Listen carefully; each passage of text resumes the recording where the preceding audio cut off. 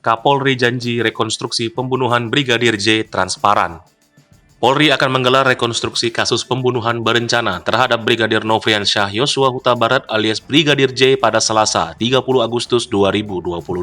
Rekonstruksi ini akan berlangsung di rumah dinas mantan Kadif Propam Verdi Sambo yang berlokasi di Komplek Polri Duren 3, Pancoran, Jakarta Selatan. Kapolri Jenderal Listio Sigit Prabowo berjanji pihaknya akan transparan dalam menggelar rekonstruksi kasus pembunuhan berencana Brigadir J. Namun Kapolri tidak menjelaskan secara detail terkait jumlah adegan yang bakal diperagakan para tersangka saat rekonstruksi. Sebelumnya, Kadif Humas Polri Irjen Dedi Prasetyo mengatakan 5 tersangka akan dihadirkan dalam rekonstruksi kasus pembunuhan berencana Brigadir J. Kelima tersangka itu adalah Barada Richard Eliezer, Verdi Sambo, Bribka Riki Rizal, Kuat Ma'ruf, dan Putri Chandrawati. Selain itu, Jaksa Penuntut Umum, Komnas HAM, dan Kompolnas juga akan hadir saat rekonstruksi.